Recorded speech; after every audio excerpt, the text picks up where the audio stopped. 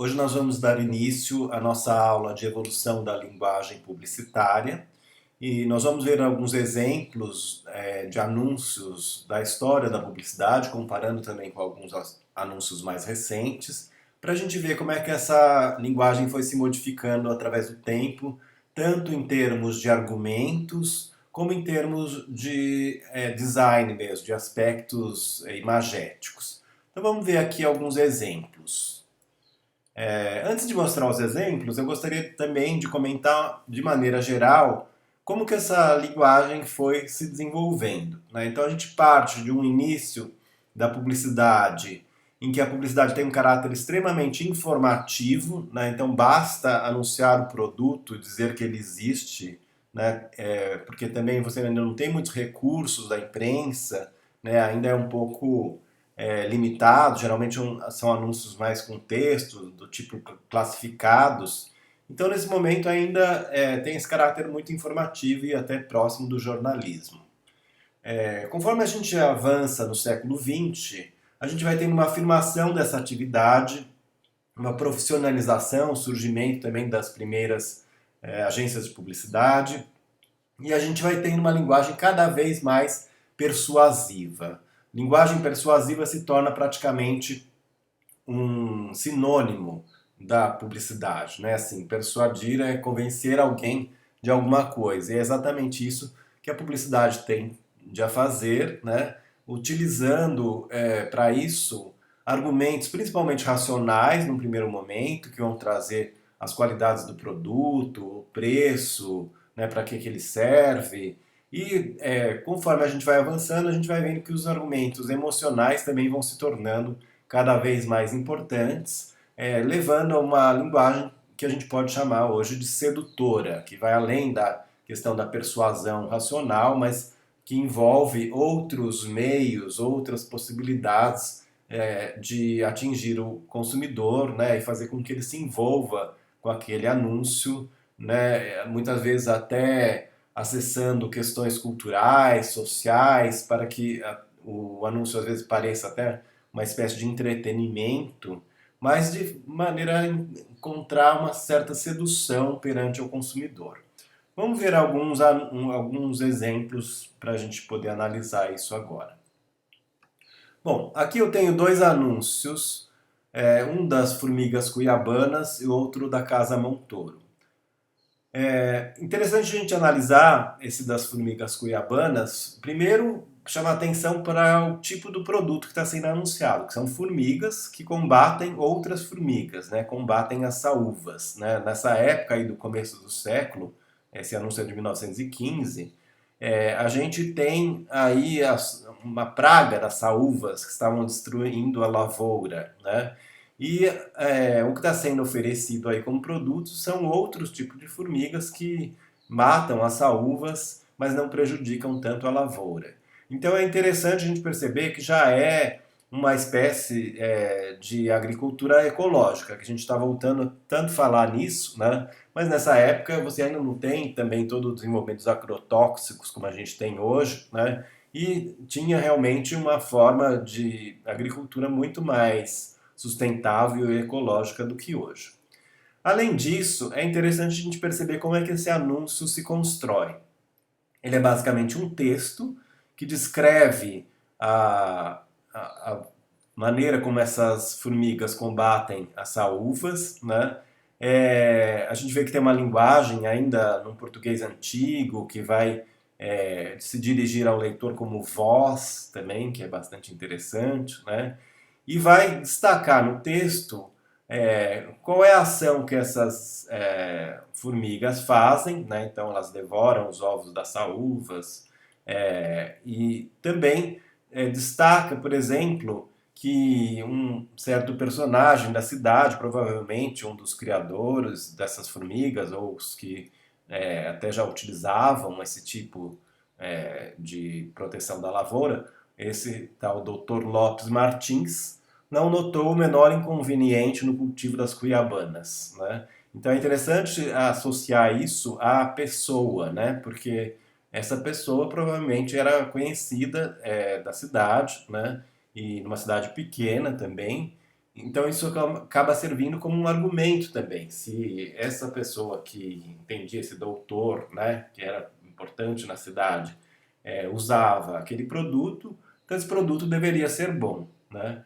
E daí aí vem um texto bastante detalhado falando como essa formiga procede, e também outros detalhes do produto, como o preço, né, como é que se encomenda, não se aceita encomenda menor de 10 enxames, e assim por diante. Então é interessante a gente perceber isso, né? Como que a, a descrição do produto praticamente basta ter alguns adjetivos aí, né? Mas ainda não é como na propaganda lá dos anos 60 que vai ser muito mais superlativa. Do outro lado, a gente tem o anúncio da Casa Montoro, uma loja voltada para artigos masculinos, né, de alfaiataria, perfumaria, né? A gente percebe aí que também tem basicamente uma descrição do que a loja contém, não tem nenhuma imagem do produto, né? Até porque era um pouco mais difícil você reproduzir a imagem, tinha um custo maior também nesse momento. Já era possível, mas não era tão usual, né? Você ter imagens em propagandas. Mas basta também a descrição, né, da loja. E outra coisa que a gente deve notar também, né, do ponto de vista do design, é como é misturada a quantidade de fontes que a gente tem nesses anúncios, né? A gente vê que não existe uma única linha, uma escolha de uma determinada fonte, ou uma redução do número de fontes, como a gente vai observar depois, já no design moderno e mais para frente, né? Aqui a gente tem um certo ecletismo no uso da tipografia, né? A gente tem tipografias, por exemplo, que tem marcadamente uma influência Art Nouveau, como aqui embaixo, onde a gente vê aqui Avenida São Paulo, Praça da Matriz, né? São fontes que têm realmente uma característica Art Nouveau, né? E outras já mais básicas, sem serifas, né? Ou mesmo algumas com serifa também mais clássicas, né? E a gente vai ver que tudo isso aparece de forma bastante misturada. Nesse das formigas cuiabanas é ainda mais confuso assim visualmente, né? Mas isso é um pouco também já uma característica do design da época, que também tem uma certa influência da técnica utilizada naquele momento, né? Muitas vezes, na maior parte das vezes, os jornais nessa época eles eram compostos com tipos móveis de metal, né? Então o jornal tinha uma certa quantidade de fontes, mas não uma família completa, muitas vezes, como a gente tem hoje, né? Que você vai ter desde a variação da fonte light, bold, medium, e também todas as suas variações, italic, e em todos os tamanhos, né? Aqui não, você tinha um certo limite, né, que o jornal tinha, porque eram tipos de metal que cabiam dentro de algumas caixas, e podia ser que, por exemplo, no corpo 12 eles tivessem determinados tipos de fontes, já no corpo 18 já seriam outras, né, e não exatamente a mesma família com todas as variações como a gente tem hoje. Dependia também dessa questão física, bem diferente de hoje, que a gente tem essa tipografia totalmente digital que se adapta ao tamanho que a gente quiser muito facilmente. Então, um pouco dependente disso também é que as gráficas ficavam naquele momento, né? Elas usavam as fontes que elas tinham e iam tentando ali criar alguns destaques com fontes mais pesadas, com fontes maiores, né? Mas numa composição assim um pouco mais caótica para os dias de hoje, como a gente vê, né? Vocês podem observar também que o espaço é quase todo cheio, né, de texto. Nesse da Casa do Montouro a gente tem um pouco mais de espaço vazio aqui, né, mas o resto é praticamente cheio. Esses espaços vazios eles eram conseguidos através de umas barras de metal que o tipógrafo inseria ali enquanto ele estava compondo o texto, né? Então, em geral, também a gente vai ver um privilégio do anúncio mais centralizado, uma composição mais centralizada, que é mais clássica também, e era mais prático também para o tipógrafo montar esses tipos um a um, né, para poder fazer essa impressão. Outra coisa que é interessante da gente reparar, por exemplo, nesse da Casa Monteiro, é o uso desses elementos decorativos, né, que não têm uma função, mas eles sim, são simplesmente elementos decorativos, que acabam dando uma certa sofisticação para esse anúncio, até mesmo porque era uma loja, né, mas também esses elementos decorativos, muitas vezes com referências também do Art Nouveau, né, ou de outros períodos, e pensando um pouco nessa ideia de decorar o espaço e preencher todo o espaço, e não manter um espaço simplesmente mais branco e vazio, como a gente vai ver posteriormente em anúncios mais modernos. Aqui um outro exemplo, também de 1915, né, anunciando uma oficina de carpintaria e depósito de materiais para construções que pertencia a esse senhor Hermínio Ieco. Esse eu acho bem interessante também, porque ele até é um pouco mais bem composto, assim, em termos do design, né? Ele é um pouco mais limpo, tem esse elemento aí mais decorativo, né? Que essa espécie de moldura em volta do anúncio, que é bastante sofisticado também, que vai lembrar bastante a, o design Art Nouveau, né? E tem já o uso da fotografia, que era uma coisa quase rara, assim, para estar no jornal naquele momento, né? Mas a gente vê, por exemplo, que é uma fotografia tirada numa área externa, né? Assim, é muito difícil você trabalhar ainda com iluminação numa área interna nesse momento, né? Então, o privilégio da fotografia era ser tirado numa área externa. E nessa fotografia a gente vê aí provavelmente esse Hermínio Ieco e toda a sua família e todos os funcionários, né? Então é interessante também a gente ver como ainda está bastante ancorado na pessoa, né? E conta inclusive a história pessoal desse Hermínio Ieco, que era natural de Vasto Maimone, na Itália.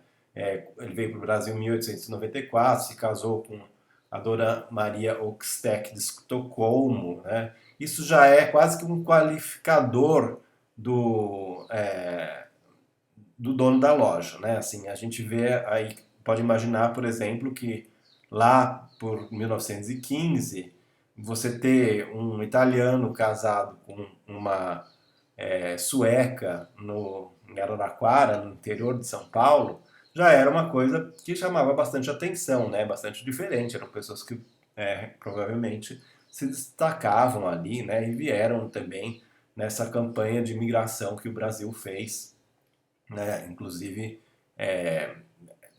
desprestigiando a própria mão de obra que já existia aqui, né? De pessoas que precisavam trabalhar, indígenas, negros, foram colocados no segundo plano nesse incentivo à imigração. Mas isso é uma outra história, a gente vai falar aqui mais do design.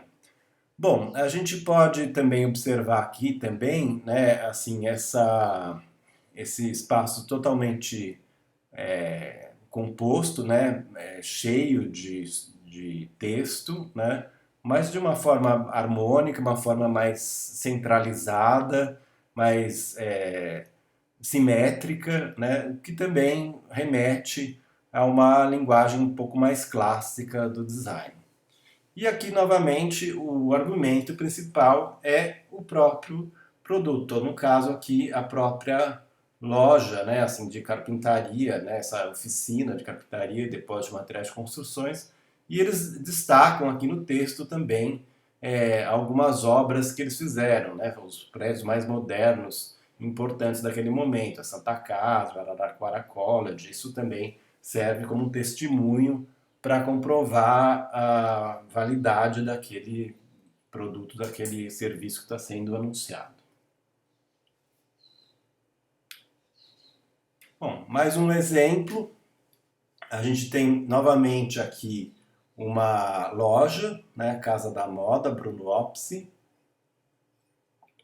e a gente vê mais uma vez o uso desses elementos gráficos, decorativos, né, um pouco parecidos com aqueles que a gente viu da Casa Montoro também, né? Você vê que tem um diálogo, inclusive no tipo de letra também, algumas letras mais clássicas, assim, né? Mais com serifa, juntamente com outras que vão remeter também ao Art Nouveau, e o que traz uma certa sofisticação também para esse anúncio, né? Você vê que tem até um espaço também mais vazio, mais leve de texto, talvez até pelo próprio produto. Novamente, o uso da fotografia, né, o que também denota uma certa sofisticação desse anúncio para aquele período. Uma fotografia externa da loja, a gente não consegue ver com muito detalhe, mas já era algo que na cidade no interior provavelmente as pessoas reconheceriam onde era essa loja, né? E era importante mostrar ali também a fachada da loja, né? A gente vê também esse equilíbrio bastante simétrico, né? Assim, tem mais ou menos a mesma quantidade de texto um lado do outro, e esse privilégio da centralidade na diagramação. Isso também é bastante visível. Outro exemplo semelhante também em termos de diagramação é o da farmácia Raia, que deu origem à droga Raia que a gente tem hoje, né? É basicamente a mesma empresa. Você vê que o esquema é mais ou menos o mesmo, né? A fotografia, os elementos decorativos, né? E essa mescla de tipografia. Aí embaixo, onde está o endereço, né? Rua do Comércio, na Avenida São Paulo, a gente vê novamente uma letra de bastante influência Art Nouveau, né? E misturada com outras fontes que a gente vê aí ao longo do anúncio. Comparando com alguns anúncios de farmácia de hoje, da própria Droga Raia ou da Ultrafarma, que ultimamente tem investido muito em propaganda, a gente pode ver que, por exemplo, no site da Droga Raia que a gente está vendo aí, o que a gente tem, né? Não é exatamente uma propaganda, mas assim, existe o anúncio ali dos produtos, mas o site já tem uma característica de você poder comprar ali, não é só apenas um anúncio, né? Mas o que é destacado geralmente, né, na própria farmácia são os produtos mesmo, assim, né? É uma propaganda de caráter mais informativo, né? Assim como a gente tinha também no anúncio anterior, que aqui na verdade nem informação quase a gente não tem, a gente só tem a, a imagem e o nome do farmacêutico, que era importante, né? Que muitas vezes era, nessa época ainda as receitas eram aviadas na farmácia, né? Você não vai ter também um desenvolvimento industrial tão grande para você ter marcas de produtos ou marcas de remédio. Muitas vezes o farmacêutico tinha quase que o papel de um médico naquele lugar, por isso era muito importante destacar o seu nome. Já aqui a gente tem realmente os produtos, mas você vê que nem uma nem outra a gente não tem uma linguagem muito persuasiva ou que vai destacar muitos elementos. É simplesmente mostrar o produto. Nessa parte de baixo aqui, a gente vê uma imagem também de anúncio da Ultrafarma, né? É interessante que a Ultrafarma é uma farmácia muito mais recente do que a Droga Raia, né? Ela surgiu no início dos anos 2000, mas ela utiliza alguns elementos e argumentos que são muito clássicos, são muito tradicionais. Primeiro, assim, também uma linguagem um pouco mais racional, às vezes agora utilizando também alguns elementos mais emocionais nas campanhas, algumas animações que eles vêm criando, mas o centro da campanha é muitas vezes voltado para o próprio nome do seu fundador, né? O Sidney Oliveira, que é esse que aparece aí, né? Nessa foto ele está mostrando o logo da Ultrafarma em que ele mesmo aparece, né? Na foto ele está sem óculos, mas muitas vezes ele aparece com esse óculos. É curioso assim esse logo da Ultrafarma também, né? Porque ele vai trazer alguns elementos que vão tentar remeter a uma certa modernidade, como por exemplo essa elipse, uma espécie de sombra feita em computação gráfica, né, que esses efeitos, né, o uso da elipse, a própria sombra, essa luz na computação gráfica se tornaram muito característicos do design aí pós editoração eletrônica, né? Assim, é muito comum a gente ver o Elipse como uma ideia de trazer uma modernidade, esses efeitos de luz, mas ao mesmo tempo tem alguns elementos que procuram remeter a uma certa tradição, né? Mesmo que seja uma farmácia muito nova. O próprio rosto dele ali, né, como sendo uma figura importante, né, esse personagem, né, acaba remetendo a uma ideia de tradição. Parece que é um senhor muito antigo que criou a farmácia, embora seja já uma farmácia bem mais recente. E a letra também, às vezes, remete um pouco também a algumas letras com uma certa influência Art Nouveau também, né? Esse deslocamento das formas, né? Do F, do A, né? A gente tem uma mescla de elementos aí, mas remetendo a uma ideia de tradição, mas uma tradição criada, né? Não é uma tradição real, talvez, como a Draga Raia, que nem tem é, tratado muito disso nos seus anúncios. A gente foi comparar com o logo deles, é uma ideia mais neutra, mais modernista, né? Assim, que não vai necessariamente buscar na tradição a sua inspiração. Bom, voltando aqui para mais um anúncio lá de 1915, esse é bastante interessante porque ele acaba servindo para contar um pouco também da própria história da publicidade nesse momento, né?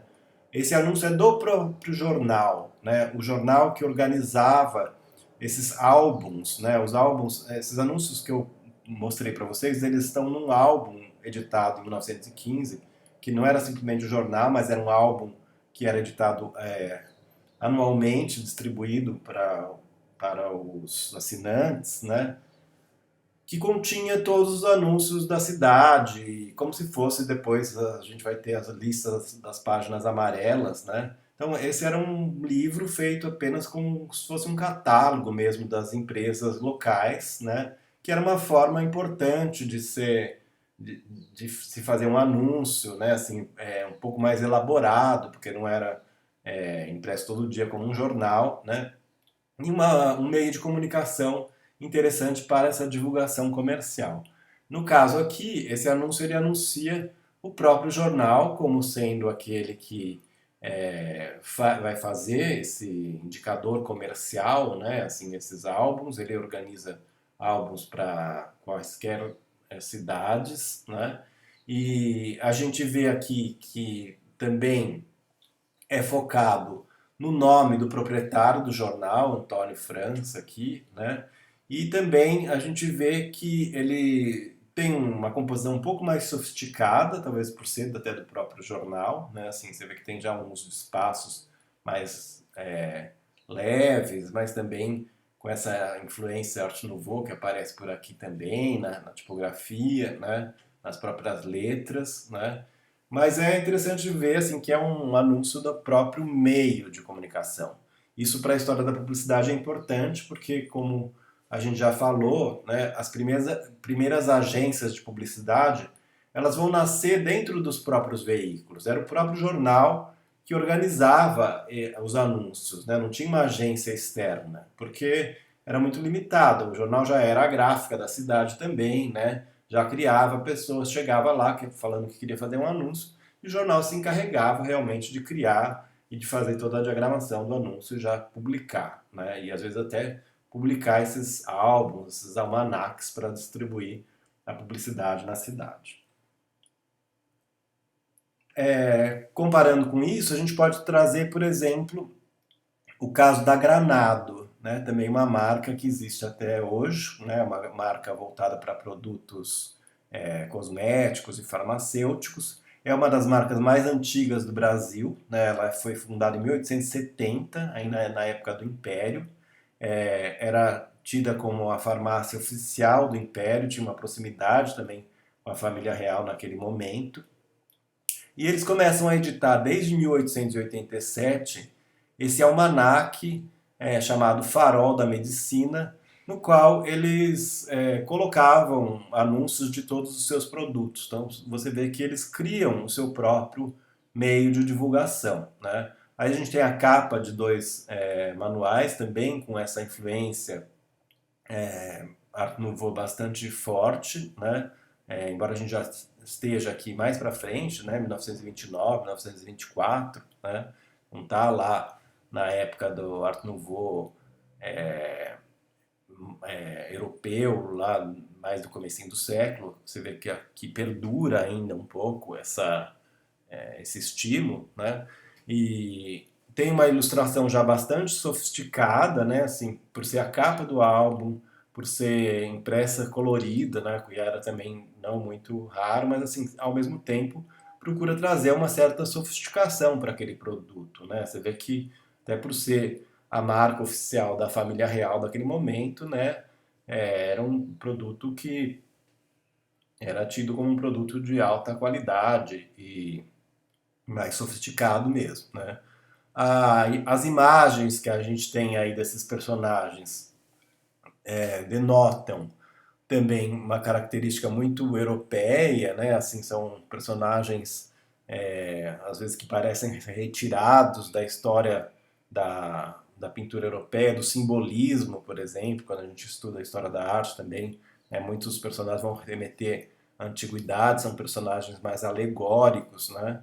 E você vê que eles aparecem aqui como sendo o chamariz da capa do, desse almanaque do Farol da Medicina, né? É bastante interessante também, porque aí na capa entra também esses argumentos um pouco mais emocionais, um pouco mais fantasiosos, né? Assim, essa ligação com a Europa, por exemplo, que aparece aí, né? O que acaba dando um aval de qualidade aos seus produtos.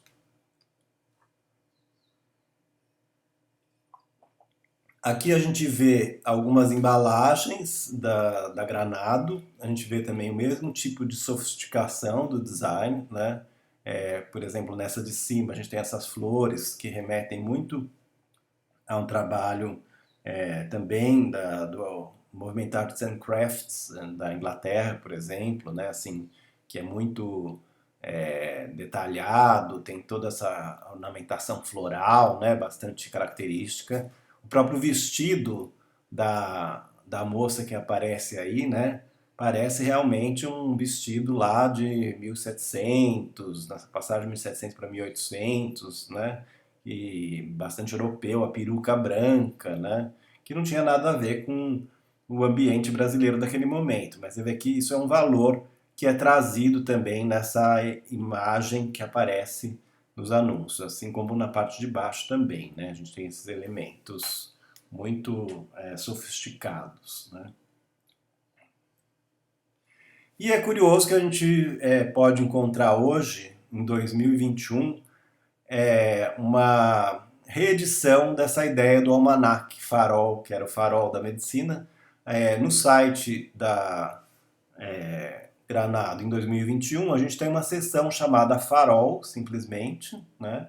Em que eles dão dicas de beleza, falam sobre alguns produtos, né? Que tem, na verdade, a mesma função daquele almanaque lá do século passado, né? Então, você vê que eles retomam o próprio nome do almanaque, né? Farol, inclusive que na escrita antiga, né? Com PH, né? Para fazer uma referência a essa tradição. Mas você vê que as imagens são bastante modernas, de pessoas modernas. É curioso também como a Granado, ela recentemente, né, se juntou à Febo, que também é uma marca muito tradicional brasileira, e fez toda uma remodelagem, lançou as suas lojas próprias, né, nos shoppings, lojas muito sofisticadas, que vão trazer essa referência à tradição, né, assim, vão usar esse tipo de imagem mais antiga, mas muito sofisticada ao mesmo tempo, né, assim, mas voltando a remeter essa ideia de tradição, porque na verdade a, a Granada era uma marca que estava um pouco assim envelhecida, na verdade, né? A gente tinha um pouco essa sensação, já estava perdendo muito do seu destaque, né, na vida brasileira, mas eles voltam com essa ideia da tradição, né? Você vê que aqui no site está até destacando, aqui na parte de cima, tem um item para a exposição de 150 anos que eles estavam fazendo, né? Então eles trazem a tradição, mas dentro modelo de é, modernidade. Algumas embalagens vão remeter realmente a coisas muito antigas, mas não são as embalagens originais. Elas lembram os estilos mais tradicionais, essa influência Art Nouveau também, mas com uma limpeza visual mais contemporânea. É interessante como a gente vê como essas marcas se constroem no tempo. Bom, pegando um outro exemplo, a gente tem aqui já anúncios da década de 30 também, de uma empresa voltada para beleza, que é a Gessi, né? Hoje em dia é a Gessi Lever, naquela época era só Gessi, é, já com um visual bastante ligado ao Art Deco, já que é um estilo posterior à Art Nouveau, né? Art Deco é um estilo que vai se impor principalmente a partir de 1920, 1930, né? Já com uma certa modernidade, trazendo alguns elementos decorativos, mas ao mesmo tempo buscando uma limpeza visual maior, já com uma certa influência do design moderno. Então a gente vê aí que já tem o uso de uma tipografia bastante geométrica, provavelmente a tipografia avant-garde, que é daquela época. A Futura também é bastante parecida, né? Mas que vai destacar essas letras bem geométricas, o A bem triangular, o O bem redondinho, né? E uma limpeza visual maior no anúncio. O próprio desenho das personagens aí remete muito a esse design Art Deco, né, dos anos 30, mais ou menos. E a gente vê também que o uso da ilustração, né, esse é um anúncio de jornal mesmo, então era mais fácil você produzir e imprimir uma ilustração num papel jornal do que uma fotografia. A fotografia precisava de um papel um pouco mais sofisticado, né, porque ela vai chupar mais tinta, e também era mais complicado para você produzir, né. A ilustração aqui ela é feita a traço, né, assim, até mesmo a gente vê aqui nessa ideia de sombra que tem na roupa dela, né? Feita por achuras mesmo, manuais, porque você não tem também tanta possibilidade de imprimir meios tons aí, né? Assim, é, tons intermediários de cinza. Ao invés disso, você vai simular, por exemplo, o cinza através dessas achuras, né? Que vão dar também essa sensação do cinza, né? Em termos de argumento, a gente vê que tem também ainda um privilégio do texto, é um momento em que, em geral, o redator tem uma prevalência maior do que o diretor de arte na criação de um anúncio, né? Muitas vezes o redator vai primeiro escrever e depois chamar um ilustrador para ilustrar aquele anúncio, né? Mas já tem uma limpeza, uma clareza visual maior, mais moderna, né? Assim, em termos de tipografia, de diagramação, não tem tanta mistura tipográfica, tem ainda um pouco, mas não tão exagerada como nos anúncios que a gente viu anteriormente. Mais alguns anúncios também da Gessi, você vê que é no mesmo estilo, né, assim, e são bastante sofisticados, né, assim, a gente pode olhar hoje eles como antigos, mas você vê que tem uma, um cuidado visual aí bastante importante, né, no alinhamento do texto, nessa divisão da imagem em algumas partes, né, tá muito bem composto como anúncio, né. E também a gente vê, né, a importância do texto mesmo, assim, que é ainda um momento que as pessoas liam muito, né, liam esses anúncios no jornal. Aqui já um pouco depois, na década de 50, mais alguns anúncios da Gessi, você já vê que já muda um pouco a linguagem, né? Primeiro o uso da cor, provavelmente já anúncios para revistas, né? Uma tipografia um pouco mais livre, a gente tem para o texto corrido praticamente a mesma letra, né? Uma letra futura ou avant-garde, mas a gente já tem a mistura com outras letras, por exemplo, essa letra mais manual, ou mesmo aqui, né? Que vai lembrar um pouco uma letra de cartaz feita manualmente, né? O que dá uma certa informalidade maior para o anúncio e uma certa leveza, né? Uma ideia de modernidade. A GC procurava se colocar como um produto moderno também naquele momento, né? O uso da ilustração já é bem típica dos anos 50, depois dos anos 60 também você vai ter esse tipo de ilustração, né? A garota que é uma espécie de pin-up, né, assim, bem típica dessa propaganda já com influência americana também, né? A gente já tem aí o desenvolvimento do cinema também, muitas vezes eram estrelas do cinema que eram contratadas para posar para essas ilustrações, né? E um uso assim bem mais solto realmente. Outra coisa interessante da gente reparar, por exemplo, essa forma aqui desse splash, né, assim, amarelo, que busca realmente chamar muita atenção para o produto, né? Você vê que o produto é um destaque, é um tipo de anúncio, de elemento visual muito publicitário mesmo, esse uso desse splash, né, assim, para chamar muita atenção, né? Bem característico dessa época também, né? E é legal da gente ver assim o uso da ilustração, né? Muitas vezes baseada numa fotografia, mas é uma ilustração, ou às vezes uma fotografia retocada, né? Porque também era muito difícil você conseguir uma boa fotografia naquele momento e ainda reproduzi-la de uma forma adequada. Então era preferível muitas vezes utilizar a, a própria imagem retocada ou a ilustração. Outro anúncio de página dupla da década de 50, aqui com a personagem da Marta Rocha, né, que foi a Miss Brasil em 1954, depois concorreu a Miss Universo, né, e existia até uma anedota da época que ela só não ganhou o concurso Miss Universo, ela ficou em segundo lugar, porque ela tinha 2 polegadas a mais no quadril, né? Então a gente percebe assim que também existe um pouco um ideal de beleza da mulher brasileira, né, um pouco mais cheinha, né, assim, é, que destoava um pouco daquela ideia do que eles imaginavam assim, né, do padrão americano, né? Mas mesmo assim, né, a Marta Rocha é um grande ícone da beleza do Brasil, né? E a gente vê aqui comparando talvez com os modelos de hoje, realmente ela era mais cheinha, né? Você tinha um outro padrão aí de corpo, né? Que depois vai sendo imposto cada vez mais às mulheres pela própria propaganda mesmo, né?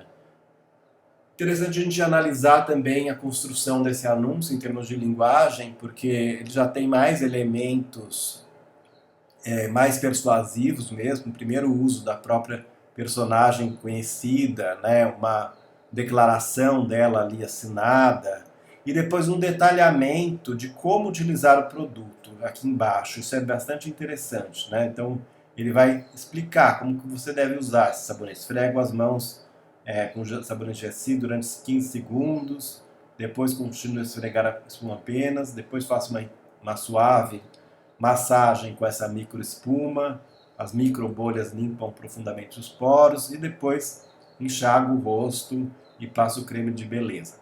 Bom, é legal assim esse tipo de explicação assim, porque para os dias de hoje ele já não é mais tão comum, né? Mas nessa época a necessidade de você explicar o uso de determinados produtos é importante, né? E é bastante valorizada na propaganda, né? Você vai ter uma propaganda que também vai trazer mais elementos informativos, um texto bastante detalhado, né?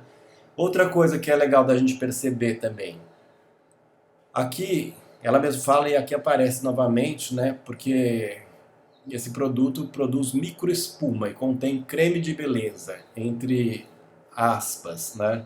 E aqui tem uma imagem que deve demonstrar mais ou menos cientificamente, né, o que seria essa microespuma, que ela possui milhões de pontos de contato com a pele. É muito interessante porque você vai encontrar vários anúncios dessa época que vão criar alguns conceitos para os produtos e muitas vezes conceitos que a gente nem sabe exatamente o que é. Por exemplo, o que seria essa microespuma, né? Ele mostra como se estivesse mostrando no microscópio, né, a espuma comum e a espuma microespuma, qual seria a sua diferença, né? Mas o próprio fato de você ter esse destaque da microespuma no anúncio já mostra que isso é já um artifício publicitário mesmo, né, que vai procurar condensar esses valores do produto em uma coisa um pouco difícil de saber o que é, na verdade, né? É um conceito, né? Microespuma.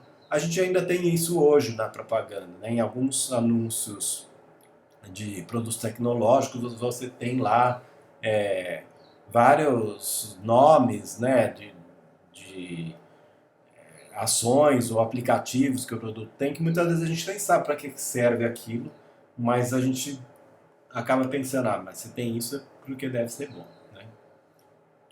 Né? Tem já uma diagramação também muito mais moderna aqui, né? A imagem com texto, né?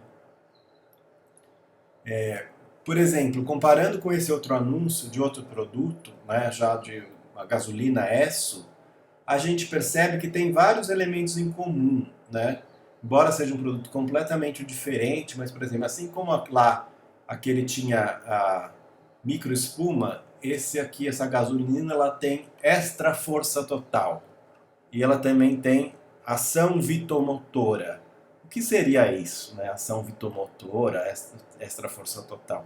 São frases de efeito, muitas vezes, né? Nem sempre é algo muito é, mensurável, né? Mas que a propaganda procura criar uma espécie de conceito para aquele produto, né? A gente vê também o detalhamento dos quadrinhos aqui, né? Assim como a gente tinha lá no anúncio da Marta Rocha, aqueles quadrinhos que mostravam as cenas dela já utilizando o produto, né? Isso a gente pode talvez até entender como já uma certa influência do cinema, né? E posteriormente até da televisão. Essa ideia de você ter os quadrinhos, como se fosse uma história em quadrinhos, tentar passar uma história, né? Ter uma narrativa construída, que é bastante interessante também, né? A gente tem uma mistura tipográfica bastante grande, mas você pode ver que as letras escolhidas são muito semelhantes com as do anúncio anterior. A gente tem letras aqui sem serifa, que já trazem uma certa modernidade, né? E a gente tem letras que vão ter esse caráter aí meio manual, né? Assim como se fosse uma letra de cartaz, que é basicamente a mesma coisa que a gente tem aqui, né? A gente tem letras sem serifa e o próprio nome do produto aqui, ou esse novo, né? É escrito nessa letra mais manual de cartaz. Então já vê que é um outro momento mesmo.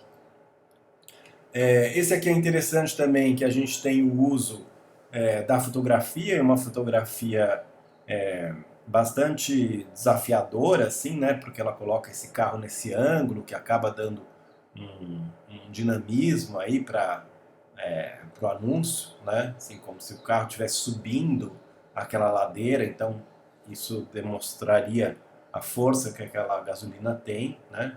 É bem interessante também esse uso da fotografia inclinada para dar a ideia que ele está subindo uma ladeira, né? E o próprio desenho do carro, alguns detalhes aqui de retoque que mostram um pouco o movimento do carro, né? Outra coisa interessante da gente notar são esses detalhes aqui do texto que corta a fotografia e vai por cima, né? O que para a gente é um pouco estranho hoje, né? A gente falaria, por que ele não escreveu diretamente sobre a fotografia? Porque era muito mais difícil fazer isso naquele momento, né? Você vai ter trabalhar com uma arte final que é montada manualmente, né, com pedacinhos de textos que vão sendo colados, né, e então era o que era possível também se fazer. A gente vai ver nessa época dos anos 50, 60, muito mais claramente essa separação do espaço do texto num lugar e o espaço da fotografia, né? A junção dos dois, ao escrever sobre a fotografia, não era algo tão comum, porque não era tão fácil de se fazer isso tecnicamente naquele período. Nesse aqui também vale a pena a gente destacar essa linguagem muito superlativa, né? Você vê que tudo é exagerado, né, no texto. Duas gasolinas novas e revolucionárias farão seu carro funcionar sensacionalmente, melhor do que nunca. Você vê que não poupa adjetivos, né? Extra força total, né? Tudo é tão maravilhoso, tão exagerado, né?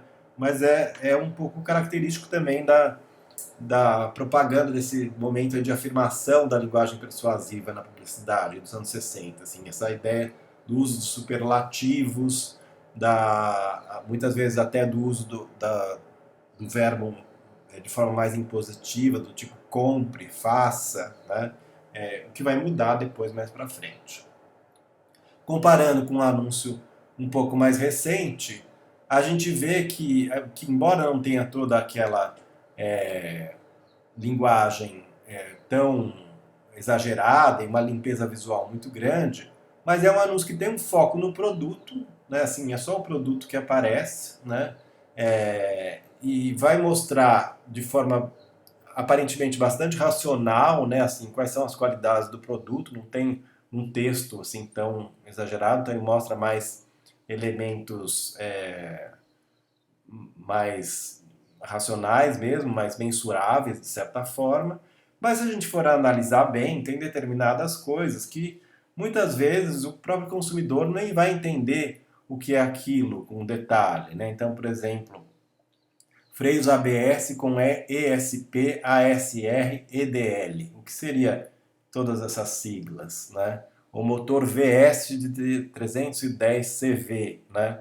São coisas que, a não ser quem é muito entendido realmente de carro, vai compreender. Mas não importa, isso acaba servindo também para convencer a pessoa de que aquele produto é bom.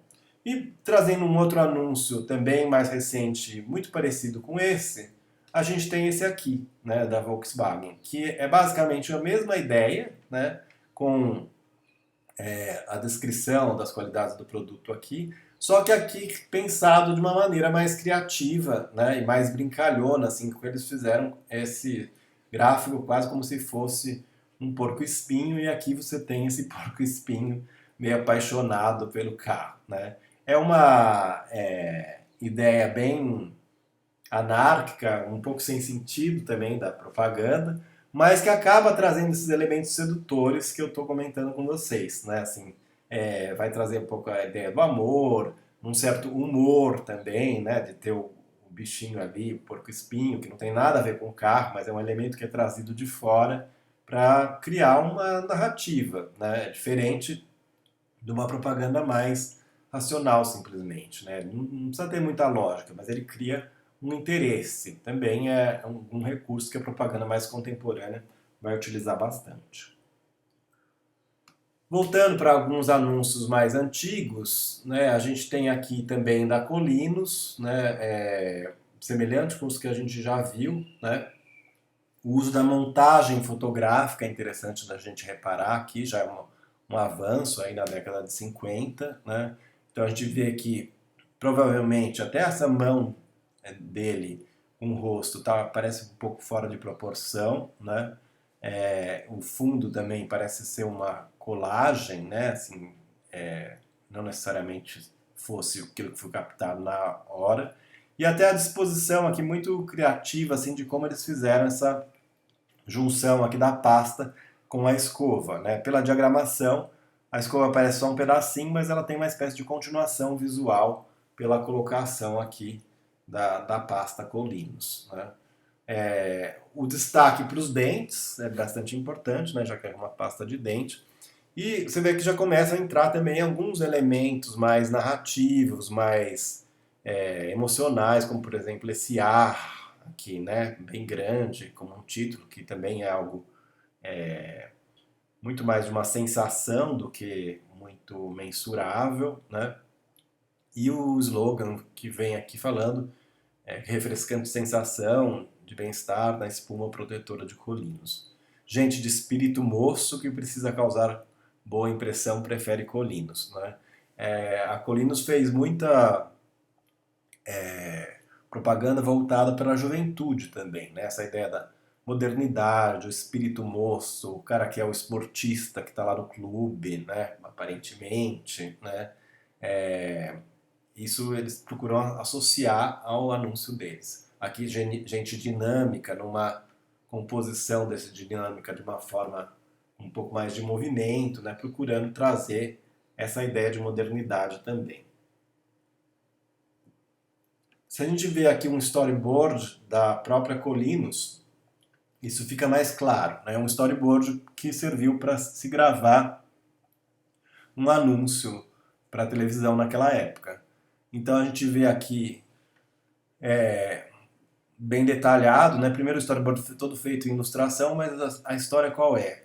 Aparece o cara lá pulando, fazendo esporte, né, assim, fazendo salto em vara numa área esportiva, a mocinha apaixonada, né, gritando né, o mesmo que aparecia no anúncio, aparece aqui, né. O close, né, o uso da linguagem do close também muito típico da publicidade. Aí ele pula lá, consegue ganhar a competição e no final ela aparece aqui de novo com um locutor falando, um grande momento, né?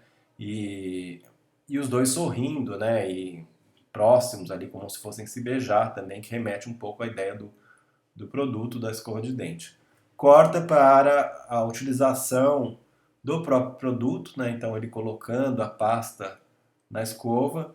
Aí tem uma animaçãozinha que mostra um personagem escovando os dentes, detalhando um pouco como é que o Colinos protege, né? E depois vai finalizando, assim, aparecendo de novo o casal e ela escovando o dente também. E os dois aparecem com aquele né? Que é bem o típico do uso do produto, do slogan do produto, né? É interessante que assim eles usaram isso por muito tempo, né? A pasta Colinos ela virou a Sorriso depois, né? E a gente pode ver aqui que, por exemplo, nesse anúncio mais recente da pasta Sorriso, a gente tem exatamente os mesmos elementos, só que com uma cara diferente. Você vê que o ele aparece aqui novamente, só que aqui ele aparece como se fosse uma pedra de gelo, né, assim, numa construção de computação gráfica. O sorriso da moça parece ser o mesmo sorriso dele lá, né? Só que aqui a gente percebe já tem um uso de Photoshop muito grande, né? A cara dela parece bem plastificada até, né? Mas é muito a mesma ideia, assim, até a montagem fotográfica que lá era mais precária, aqui aparece também da mesma forma. Aqui ao fundo está esse mar, mas é claramente uma montagem, né? Uma tipografia mais moderna, mais limpa, com alguns efeitos bem típicos da computação gráfica também, né? E aqui, de novo, aqueles elementos que a gente diz que muitas vezes nem é muito claro, né, o que são micropartículas polidoras. As micropartículas polidoras são a mesma coisa que a gente viu lá no anúncio da Marta Rocha, né, com a microespuma, ou mesmo da gasolina, ação vitomotora, né, esses conceitos que muitas vezes não são tão claros, mas que acabam se tornando como um chamariz para propaganda. Outro produto que a gente pode trazer aqui é o Vic Vaporub, né? Vic Vaporub é uma marca também bastante tradicional, né? Um produto utilizado para você poder respirar melhor, né? Assim, ele abre um pouco as vias respiratórias, né? Por causa até do próprio cheiro. E aqui é interessante nesse anúncio antigo, que é um anúncio mais social, assim, né, protegendo da gripe asiática, né, assim, tem um caráter um pouco mais institucional, e a Vic Vaporub aparece ali como um assinante do anúncio, né? Então dá dicas para o que as pessoas deveriam fazer, né, assim, você vê lá o Serviço Nacional de Educação Sanitária, um pouco como a gente está vivendo agora com o Covid, que tem algumas marcas também se aproveitando dessa situação. A gente tem aqui, no caso, da gripe asiática, né, eu mostrando que o Vic Vaporub poderia contribuir para melhorar os sintomas, né. É curioso também que é um anúncio praticamente de texto e até mesmo as coisas que são colocadas no anúncio parecem muito fora do momento atual. Por exemplo, essa última frase, né, assim, que você tem ali, tossindo ou espirrando, põe um lenço diante do nariz ou da boca e não cuspa no chão, né? É curioso a gente pensar que talvez nessa época fosse comum das pessoas cuspirem no chão, né? Assim, você até colocaria isso num anúncio, né? Ou mesmo essa ideia de pôr o lenço diante do nariz ou da boca, meio semelhante com o que a gente tem com a ideia da máscara hoje, né? Que também está aí presente nesse anúncio. Comparando com um anúncio da Vic Vaporub mais recente, um anúncio que ganhou prêmio, inclusive, a gente vê que a linguagem é muito diferente, né? Então a gente tem aqui a embalagem do Vic Vaporub, que é meio redondinha, colocada entre a janela, né, assim, para abrindo um espaço da janela, Então, como se ela fizesse com que aquele ar fresco lá de fora entrasse para dentro do quarto, ainda com a palavra respire aqui, né? É uma metáfora para o que o que Vaporub faz, né? Assim, ele abre possibilidades de você respirar melhor, né? Um ar fresco como esse ar que está vindo aí da janela, né? Então você vê que é uma linguagem já muito mais sofisticada, que não vai trazer detalhes do produto, não vai trazer um texto praticamente, né? Assim, é uma metáfora que você vai perceber, não talvez de primeira vista, mas de uma forma mais sutil, mas que também isso acaba trazendo uma linguagem mais sedutora para a propaganda, né? Assim, mais que você vai tentar descobrir o que está acontecendo ali, né?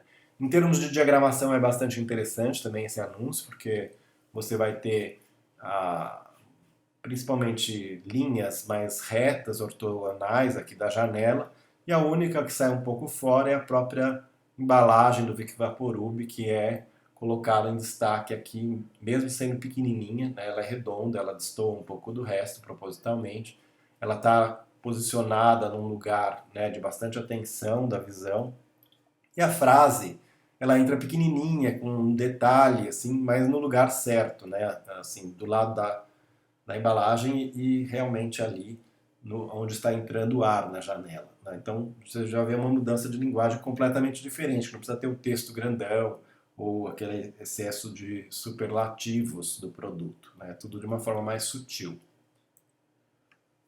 Voltando aqui para a história, alguns anúncios da Nestlé, por exemplo, de novo o uso do almanac lá no começo do século XX, né? Então o almanac que as empresas editavam com seus próprios produtos, aqui com ilustrações bem típicas da época. A Nestlé também, já mais para frente, na década de 50, no anúncio do leite Milo, que provavelmente é o nosso leite ninho de hoje, né?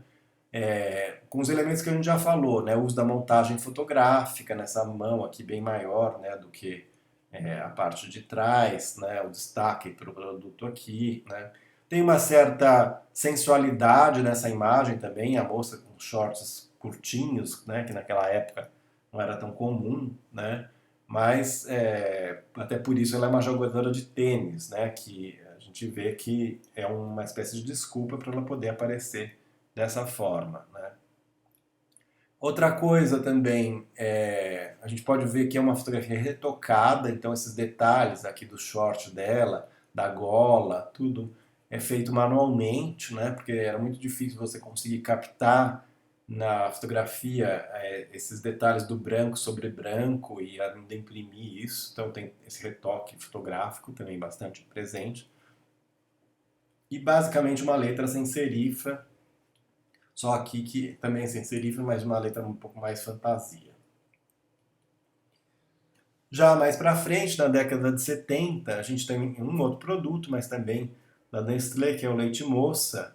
A gente vê que, embora tenha aqui o uso da fotografia colorida e até mesmo dessa aparentemente mais moderno, né, assim, da imagem, sim, tem muitos elementos que são muito parecidos com os que a gente já viu anteriormente. Então, o uso desses quadrinhos, assim, que vão demonstrar o uso do produto, como se fosse uma história em quadrinhos, a ilustração, que parece muito aquelas ilustrações dos anos 60, a própria tipografia. A gente tem a sensação de que é uma composição mais dura, né, de texto, porque provavelmente isso aqui ainda era utilizado, a composição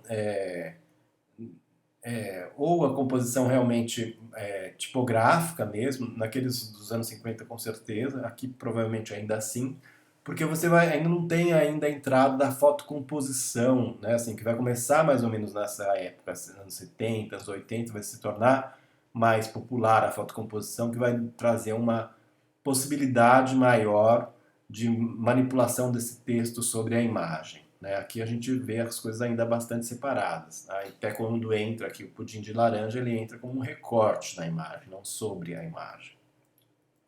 Já aqui, por exemplo, né, aliás, Desculpe, esse aqui é da década de 50, esse é da década de 70, tá? Eu me engano aí na imagem. Mas aqui a gente já percebe já com certeza um uso da fotocomposição e dessa possibilidade da letra entrar sobre a própria imagem, o privilégio da imagem, né? Uma mudança bastante grande em termos da linguagem visual também, né? E uma letra já mais limpa, que até provavelmente é uma futura ou avant-garde, que foi uma letra também usada muito nos anos 30, mas que retoma aqui, né, com essa ideia de modernidade e limpeza, já numa fotografia bem mais elaborada, com um fundo infinito, né, com um close do doce aí que foi feito com leite moça, né, toda uma composição fotográfica muito importante para esse momento. E uma frase de efeito também, né? Assim, você vê que não é só agora falando do que é o produto, né? Assim, as qualidades do leite moça. Até tem uma receita ali do lado explicando como é que você vai utilizar. Mas a frase ela é mais sutil, né? Um minuto atrás era só coco. É uma frase mais criativa, mais brincalhona, não simplesmente aquele compre ou use, né? Ou tenha ação vitomotora, né? É muito mais sutil também, né? A criação. Deixa para o leitor também pensar um pouquinho mais, né? Que é mais característico do anúncio contemporâneo. Voltando para produtos antigos, novamente a mesma coisa, né? Assim, o uso dos quadrinhos, das ilustrações, né? Dos superlativos, né? Nos anos 50 que a gente vai ter bastante isso, né? Muito parecido com os que a gente já viu, né? Essa espécie de mescla de tipografia que para a gente parece um pouco pesada hoje, né? Mas muito típico desse momento.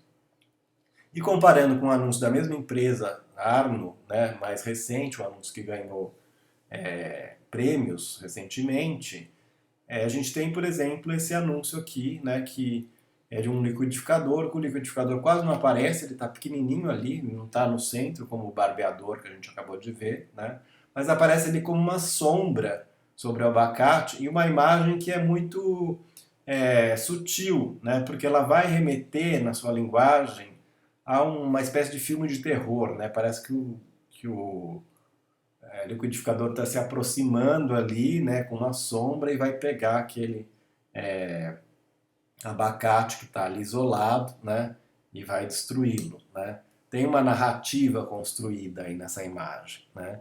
E a gente consegue reconhecer essa narrativa porque nesse momento, né, a gente já tem atualmente um conhecimento dessa linguagem visual que está no cinema, por exemplo, essa linguagem do filme de terror. Talvez se isso fosse feito lá para trás, ninguém entenderia o que seria essa imagem, mas a gente olha essa imagem, a gente vê pelos seus elementos visuais, pela essa ideia da sombra, esse fundo meio manchado, né, passa um pouco essa sensação de um filme de terror, de uma imagem que a gente já viu, né? E é sutil também como a gente vai pegar o entendimento dessa imagem. O texto ele entra também para ajudar a gente a entender isso, né? Mas ele também vem bem pequenininho aqui no canto, está escrito liquidificador Arno, a pior coisa que poderia acontecer na vida de um abacate, né? Então você vê que reforça um pouco essa ideia mais narrativa, um pouco humorística também, né? Que remete a esse filme de terror, mas completamente num outro tipo de imagem.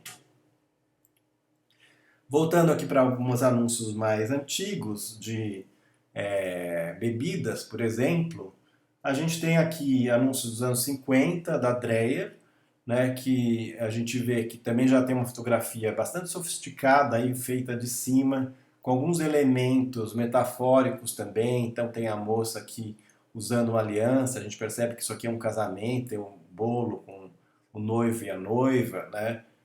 Tem uma composição bem interessante da fotografia, com esses círculos, né, do bolo, círculos das taças, também típicas da época. E a separação da fotografia com o texto, mas aqui o uso, por exemplo, de uma tipografia mais clássica, com serifa, né, o que dá uma certa sofisticação. E para uma bebida, né, a champanhe Dreyer, né, Curioso que hoje a gente associa Dreyer a um conhaque muito mais popular, né, que não tem essa ideia de sofisticação, mas aqui, talvez na época, Dreyer ainda tivesse essa imagem mais sofisticada. Né? Comparando com outra bebida, também outro anúncio da mesma época, a vodka, né?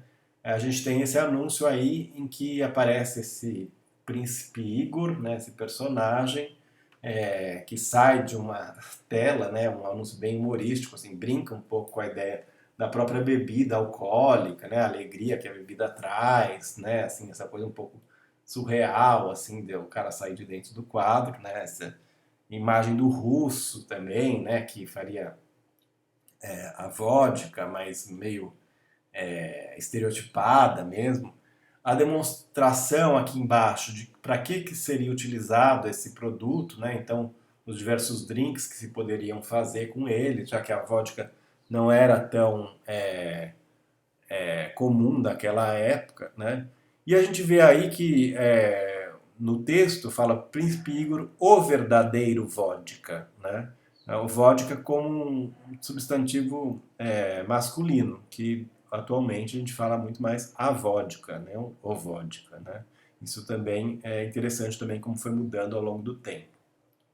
Tem um uso muito mais humorístico, talvez mais sedutor mesmo, assim, por causa dessa montagem aí fotográfica, né? Não é tão tradicional só de mostrar os benefícios do produto, porque os benefícios do produto talvez seriam você ficar bêbado, né? Então vai mais para esse lado mais humorístico mesmo. E a gente poderia comparar aqui também, por exemplo, com outra vodka muito famosa, né? A vodka Absolute teve uma série de campanhas muito famosas da Absolute. A Absolute é uma vodka de origem sueca e se notabilizou pelas suas campanhas publicitárias, principalmente por dois tipos de campanhas publicitárias. Uma em que eles convidam artistas, muitas vezes bastante reconhecidos, para criar os seus anúncios a partir do formato da vodka, mas para criar os seus anúncios na sua linguagem. Então a gente vê, por exemplo, o próprio Andy Warhol fez esse anúncio, o Kate Herring também é um nome bastante importante da arte pop e dos grafites também, dos anos 80. Até mesmo Romero Brito está aí, foi como convidado. Outros artistas mais conceituais, como Damien Hirst, que costuma fazer aqueles animais que são colocados num formol, ele faz muito bem parecido essa fotografia com a vodka. Clemente, que é um artista italiano, também do pós-modernismo italiano, dos anos 80, 90, que tem um pouco essa linguagem de ilustração assim mais solta, aparece aí. E esse outro artista, Ralph Meckler, que faz uma homenagem ao Vermeer, né? Famoso quadro da dama colocando leite, né? Assim, só que ao invés do leite ele substituiu aqui pela vodka, né? Já uma espécie de paródia, né? A Absolute fez muito, assim, continua ainda fazendo, convidando artistas para fazer esses anúncios, às vezes com cartazes também. Isso acabou gerando até um clube de colecionadores desses anúncios, desses posters também, né? Foi uma campanha de muito sucesso. E a gente vê que aqui, embora apareça o produto, ele simplesmente aparece, assim, mas tem uma liberdade de criação muito maior. Então a propaganda se colocando de uma outra maneira, não necessariamente ficar só elogiando o produto, né? Embora a própria associação do produto à arte já seja algo que traz um certo valor para o produto, né? É bastante comum também as empresas usarem essa associação à arte, à cultura, mas acabaram criando também uma campanha que tem um caráter um pouco mais cultural, né? Não puramente persuasivo só, e por isso até um pouco mais sedutor. Outro exemplo, por exemplo, também tem essa série de anúncios que são também focados no formato da garrafa, que aparece apenas a garrafa com alguma modificação e uma frase assim muito curta, Absolute alguma coisa. Então, Absolute Rainbow foi criada, por exemplo, para o público LGBT, né? Tem uma série de campanhas que eles fizeram para o público LGBT, com essas cores do arco-íris, né? ou outras que às vezes vão falar de outras coisas, né, como a possibilidade de você usar para uma bebida ou vodka com alguns sabores específicos que eles vão lançar. Eles vão lançar inclusive garrafas com variações também, de acordo com as campanhas. Ou aqui, por exemplo, né, nesse Absolute Harmonia, assim, essa menção aparece um instrumento musical, mas uma liberdade de criação muito grande, assim, mas que acabou marcando por essa forma muito recorrente. Geralmente é o produto no meio, essa frase no mesmo tipo, na tipografia que só muda alguma coisa. Também com uma grande quantidade de anúncios que continuam sendo feitos e se tornaram uma espécie de ícone da propaganda, né? Já numa concepção muito mais contemporânea de propaganda, né? Que a propaganda começa a se tornar mais entretenimento, mais sedutora no sentido de criar um envolvimento às vezes cultural, né? Ou puramente visual. Isso vai se tornando cada vez mais frequente, né? Outro caso, também mais contemporâneo, nem tão recente, mas até hoje presente também na campanha, que mudou muito a forma de como a linguagem publicitária se coloca, foram os trabalhos do fotógrafo italiano Oliviero Toscani, muito famoso também na história da propaganda, né? O Oliviero Toscani, principalmente a partir da década de 80, 90, começa a produzir uma série de campanhas, principalmente para a marca Benetton, em que ao invés de falar do produto ou das qualidades do produto, demonstrar o produto, ele vai simplesmente usar a marca para falar de outras questões da sociedade. E de uma forma muitas vezes muito polêmica, né? Tem pessoas que adoram, tem pessoas que detestam. Mas como, por exemplo, aqui, essa é uma foto de um homem que estava morrendo de AIDS, né? Isso na década de 80, assim, a AIDS tem esse boom na década de 80, começo da década de 90, né? E ele cria uma foto bastante dramática, assim, né? Em que esse personagem parece até um quadro de Cristo, né? Assim, tem várias representações de Cristo, assim, morrendo também, né? Mas toda essa cena de família, de certa forma, para mostrar um pouco aquele problema social que estava acontecendo com a AIDS naquele momento e até mesmo o preconceito que as pessoas tinham contra a AIDS, né? Isso acaba gerando uma enorme discussão, uma enorme polêmica no meio da comunicação, né? As propagandas deles se tornam famosíssimas, primeiro por não abordar o produto, também por trazer questões assim polêmicas, né?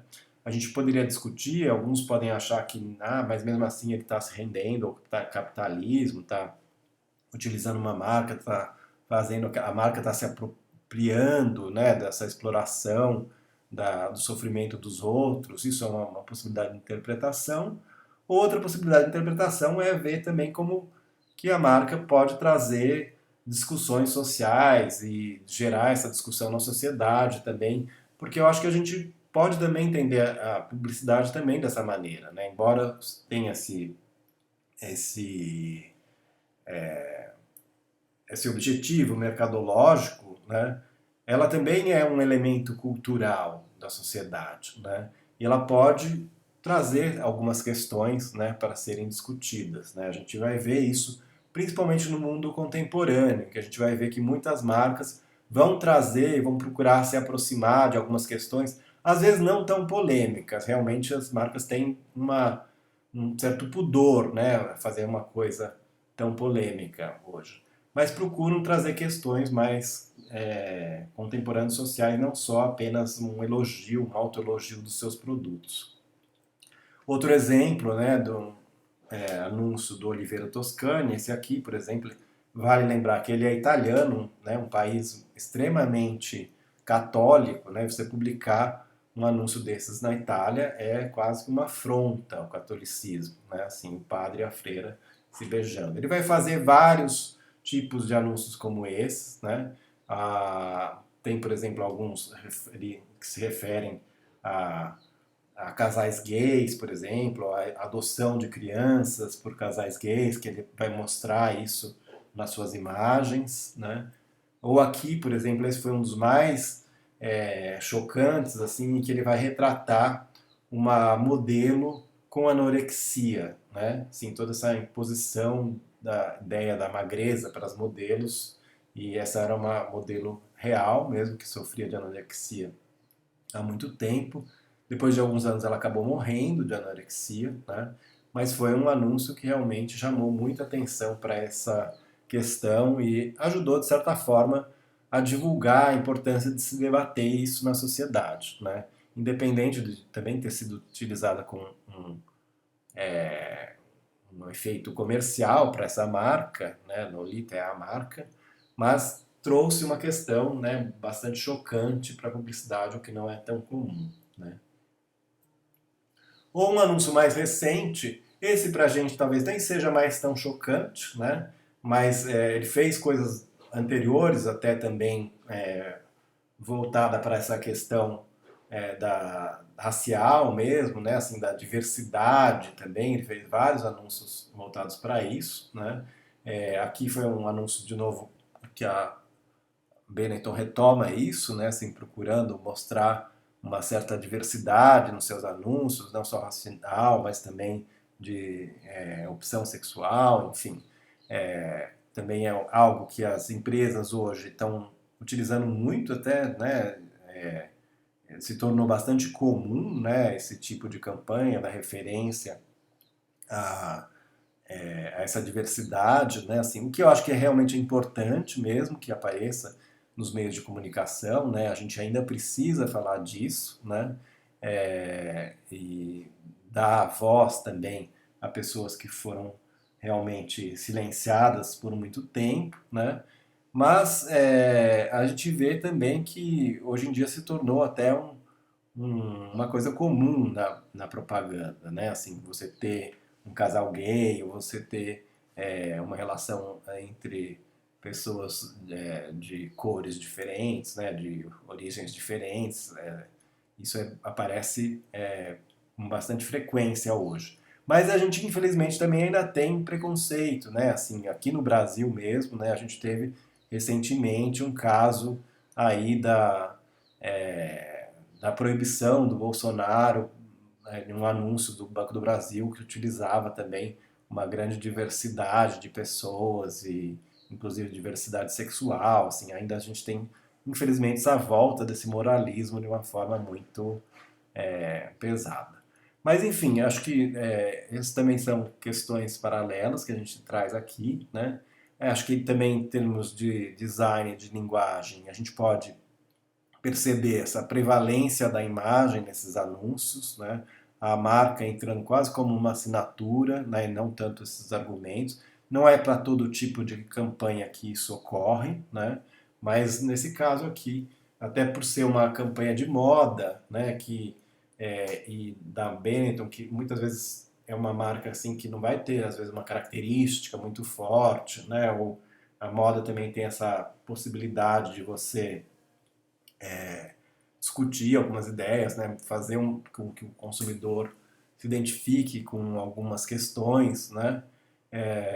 Para eles mais importante do que simplesmente mostrar a roupa, né? É interessante também que é uma propaganda de roupa, mas que estão todos sem roupa, né? Então isso é algo também interessante para a gente pensar aqui. A gente vai discutir isso um pouco mais, vai discutir um pouco mais sobre a publicidade contemporânea nas próximas aulas. A gente vai falar isso com mais detalhe, né? Mas hoje era para a gente ter essa passada geral sobre a linguagem publicitária. Eu gostaria de pedir para vocês um exercício também. Gostaria que vocês postassem essa semana, como atividade da sala, no nosso grupo. Cada um de vocês vai fazer uma postagem sobre alguma coisa referente à evolução da linguagem publicitária. A história da publicidade pode ser de diversas épocas, vocês podem escolher um anúncio antigo até uma coisa mais recente, mas que dialoga um pouco com essa história. E eu gostaria não simplesmente que vocês colocassem lá o anúncio, mas que vocês realmente fizessem um comentário sobre esse anúncio, localizassem ele na história, procurassem analisar um pouco esse anúncio do ponto de vista visual, do ponto de vista dos argumentos que são utilizados, se é mais racional, se é mais emocional, se tem aspectos mais sedutores ou mais informativos, né? Um pouco isso que a gente fez nessa aula, eu gostaria que vocês fizessem nas suas postagens, tá bom? Então, obrigado e bom trabalho para vocês aí.